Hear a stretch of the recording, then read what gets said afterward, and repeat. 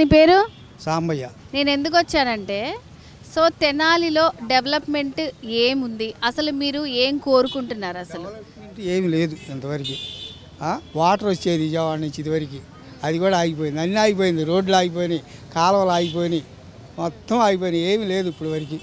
అది సో మరి ఇక్కడ తెనాలిలో ఇప్పుడున్న ప్రభుత్వం ఉంటే మళ్ళీ ఏమైనా డెవలప్మెంట్ వస్తుందా, లేకపోతే మారితే బాగుంటుందా? మీరేమనుకుంటున్నారు? అసలు డబ్బులేస్తాం ఇవన్నీ ఆపేసి డెవలపింగ్ చేస్తే వచ్చింది.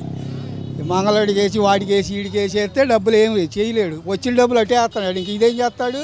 డబ్బులు వేయకుండా ఏదో ముసలోళ్ళకి కాదు అంటలా, ముసలోళ్ళకి వేసి కొద్దిగా రేట్లు తగ్గించి డెవలపింగ్ చేయి, బాగుంటుంది. మేము కోరుకున్నది అదే. ఎవరు వచ్చినా ఒకటే ఆడ, ఎవరు వచ్చినా మన్ని పిండేవాళ్ళే.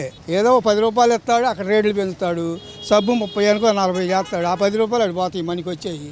ఇక అంతమించి మామూలుగా అంటే మీరే ఎవరు వస్తారు ఇక్కడ అని అనుకుంటున్నారు? ఏ గవర్నమెంట్ వస్తుంది అనుకుంటున్నారు? ఇక్కడ మేము ఇక్కడ వాతావరణం చూసి మరి రెండు తగ్గపోరుగా ఉండేవి చెప్పలేము. అది మట్టి చెప్పలేము. ఓకే, సరే.